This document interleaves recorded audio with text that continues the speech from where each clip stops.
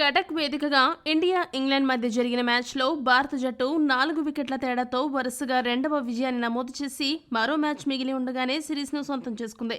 మొదట జడేజా అసాధారణ బౌలింగ్తో ఆకట్టుకోగా ఆ తర్వాత బ్యాటింగ్లో రోహిత్ శర్మ, గిల్, అయ్యర్, అక్షర్ పటేల్ నలుగురు కూడా అద్భుతంగా ఆడి ఇండియా గెలుపుని ఖాయం చేశారు. రోహిత్ పని అయిపోయింది. హిట్ మ్యాన్ కాదు, ఒక్క హిట్ కూడా కొట్టలేని మ్యాన్. షెడ్డుకు వెళ్లిపోయిన కారు రోహిత్ బ్యాటింగ్ 2-1. ఇలా ఎన్నో రకాల విమర్శలను రోహిత్ శర్మ గత కొంతకాలంగా ఎదుర్కొంటున్నాడు. కనీసం 20 పరుగుల మార్కును కూడా అందుకోలేక చాలా ఇబ్బంది పడ్డాడు. దీంతో ఛాంపియన్స్ ట్రోఫీలో రోహిత్ వల్ల ఇండియా పని గోవిందా అని అభిప్రాయాలు కూడా వ్యక్తమయ్యాయి. అయితే ఆ విమర్శలకు చెక్ పెడుతూ హిట్ మ్యాన్ ఈజ్ బ్యాక్ అని రుజువు చేస్తూ ఇంగ్లాండ్పై సెంచరీ సాధించి తన కెరీర్లో 32వ సెంచరీని అందుకుని రోహిత్ శర్మ షేక్ ఆడించాడు. రోహిత్ శర్మ చాలా కాలం తర్వాత ఫ్రీ ఫ్లో షాట్స్ కొడుతుంటే క్రికెట్ ప్రపంచం ఉర్రూతలొగ్గిపోయింది. ఛాంపియన్స్ ట్రోఫీ ముందు రోహిత్ శర్మ ఫామ్లో వచ్చాడనే వార్త ప్రత్యర్థి జట్లకు నిద్ర లేకుండా చేయడం ఖాయం. ఇక అక్షర్ పటేల్ మిడిల్ ఆర్డర్లో కీలక బ్యాట్స్మెన్గా వ్యవహరిస్తూ దగ్గరుండి గెలిపించడం ఛాంపియన్స్ ట్రోఫీకి ముందు ఇండియాకు గుడ్ న్యూస్ అనే చెప్పాలి. ఇక ఈ మ్యాచ్ హైలైట్స్ విషయానికి వస్తే టాస్ గెలిచిన ఇంగ్లాండ్ జట్టు మొదటి బ్యాటింగ్ చేయని డిసైడ్ అయింది. ఈ మ్యాచ్లో ఇండియా 2 మార్పులతో బరిలోకి దిగింది. కోహ్లీ, వరుణ్ చక్రవర్తిలకు అవకాశం ఇవ్వడంతో జైస్వాల్, కుల్దీప్ యాదవ్ బెంచ్కే పరిమితమయ్యారు. బ్యాటింగ్కు దిగిన ఇంగ్లాండ్ జట్టుకు ఓపెనర్లు అద్భుత ఆరంభాన్నిచ్చారు. హర్షిత్ రాణా, మహమ్మద్ షమి కేవలం బ్యాక్ ఆఫ్ లెంత్ బంతులు మాత్రమే వేయడంతో ఓపెనర్ బెన్ డకెట్ చాలా సులభంగా పరుగులు చేస్తూ ఇంగ్లాండ్కు మంచి ఆరంభాన్ని అందించాడు. మరో ఎండ్లో ఫిలిప్ సాల్ట్ కూడా అతడికి చక్కటి సహకారాన్ని అందించాడు. చూస్తుండగానే బెన్ డకెట్ ఏకంగా అర్ధ సెంచరీ నమోదు చేసి తన అద్భుత బ్యాటింగ్ను కొనసాగించాడు. రోహిత్ శర్మ బౌలర్లను మారుస్తున్న ఇంగ్లాండ్ ఓపెనర్లు వికెట్ పారేసుకోకుండా జాగ్రత్తగా ఆడారు. వీరిద్దరూ కలిసి మొదటి వికెట్కు 81 పరుగుల భాగస్వామ్యాన్ని నెలకొల్పిన తర్వాత వరుణ్ చక్రవర్తి బౌలింగ్లో 26 పరుగుల వ్యక్తిగత స్కోర్ వద్ద ఫిలిప్ సాల్ట్ అవుట్ అయ్యాడు. అలా చక్రవర్తి తన అరంగేట్ర వన్డే మ్యాచ్లో మొదటి వికెట్ను దక్కించుకున్నాడు. ఆ తర్వాత కొద్దిసేపటికే అద్భుతంగా ఆడుతున్న మరో ఓపెనర్ బెన్ డకెట్ 65 పరుగుల వద్ద జడేజా బౌలింగ్లో అవుట్ అయ్యాడు. ఎప్పుడైతే స్పిన్నర్లు ఎంట్రీ ఇచ్చారో అప్పటి నుండి ఇంగ్లాండ్ జట్టు వికెట్లు కోల్పోవడమే కాకుండా స్కోర్ బోర్డు కూడా నెమ్మదించింది. ఈ మ్యాచ్లో ఒక ఆసక్తికర అంశం ఏంటంటే 24వ ఓవర్ వేసిన జడేజా కేవలం 73 సెకండ్స్లో ఆ ఓవర్ను పూర్తి చేశాడు. క్రికెట్ చరిత్రలో ఏ బౌలర్ కూడా ఇంత వేగంగా ఒక ఓవర్ను పూర్తి చేయలేదు. ఓపెనర్లిద్దరూ అవుట్ అయ్యాక ఇంగ్లాండ్ స్కోర్ వేగం తగ్గిన జో రూట్, హ్యారీ బ్రూక్ మధ్య ఓవర్లలో జాగ్రత్తగా ఆడుతూ వికెట్ కోల్పోకుండా అద్భుతంగా బ్యాటింగ్ చేశారు. వీరిద్దరూ కలిసి 3వ వికెట్కు 68 పరుగుల కీలక భాగస్వామ్యాన్ని నెలకొల్పారు. ఈ జోడీ ఆట తీరు ప్రమాదకరంగా మారుతున్న తరుణంలో 31 పరుగులు చేసిన హ్యారీ బ్రూక్ హర్షిత్ రాణా బౌలింగ్లో భారీ షాట్కు ప్రయత్నించాడు. అయితే గిల్ వెనక్కి పరిగెత్తుకుంటూ వెళ్లి సెన్సేషనల్ క్యాచ్ పట్టడంతో బ్రూక్ పెవిలియన్కు చేరాడు. అసాధ్యమనుకున్న క్యాచ్ను గిల్ కళ్లు చెదిరే రీతిలో ఒడిసి పట్టుకుని అబ్బురపరిచాడు. గిల్ పట్టిన స్టన్నింగ్ క్యాచ్ చూసిన అభిమానులు ప్రశంసల వర్షం కురిపించారు. ఆ తర్వాత వచ్చిన జోస్ బట్లర్ జో రూట్కి సహకారాన్ని అందిస్తూ పరుగులు రాబట్టడం మొదలుపెట్టాడు. జో రూట్, బట్లర్ ఇద్దరూ కలిసి 4వ వికెట్కు 51 పరుగుల భాగస్వామ్యాన్ని నెలకొల్పి ఇంగ్లాండ్ స్కోరును 200 దాటించారు. అయితే 34 పరుగుల వద్ద హార్దిక్ బౌలింగ్లో గిల్ మరో క్యాచ్ పట్టడంతో బట్లర్ అవుట్ అయ్యాడు. అలా ఇంగ్లాండ్ 5వ వికెట్ను కోల్పోయింది.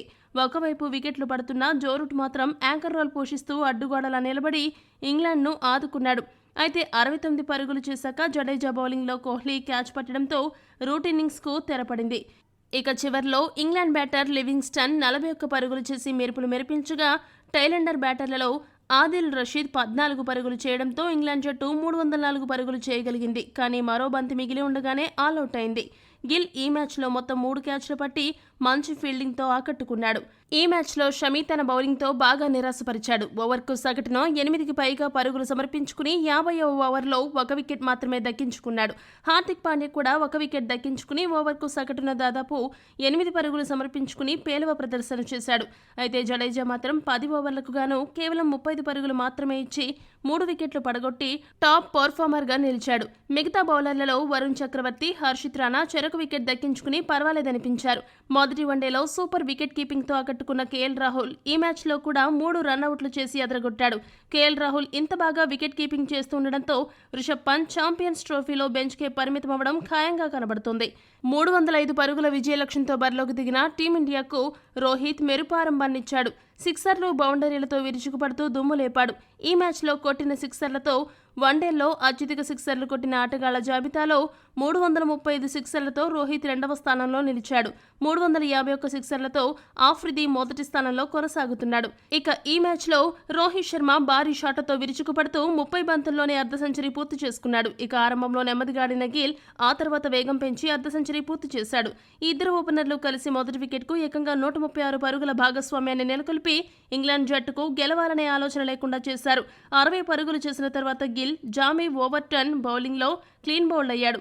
గిల్ అవుట్ అయ్యాక క్రీజ్లోకి వచ్చిన కోహ్లీ కూడా రోహిత్ లాగా విజృంభిస్తాడేమో అనుకుంటే 5 పరుగులు మాత్రమే చేసి అవుట్ అయ్యాడు. ఆదిల్ రషీద్ అంతర్జాతీయ క్రికెట్లో కోహ్లీని ఇప్పటివరకు 10 సార్లు అవుట్ చేయడం గమనార్హం. ఒకవైపు వికెట్లు పడుతున్నా కూడా రోహిత్ శర్మ మాత్రం ఎక్కడా తడబడకుండా 76 బంతుల్లోని సిక్సర్తో సెంచరీ సాధించి రఫాడించాడు. రోహిత్ శర్మకు తన కెరీర్లో ఇది రెండవ అత్యంత వేగవంతమైన సెంచరీ కావడం విశేషం. ఈ మ్యాచ్లో సెంచరీ చేరడానికి రోహిత్ శర్మ మొత్తం 7 సిక్సర్లు బాదాడు. దీంతో అత్యధిక సిక్సర్లతో సెంచరీ సాధించిన మ్యాచ్గా రోహిత్ కెరీర్లో ఈ మ్యాచ్ నిలిచిపోనుంది.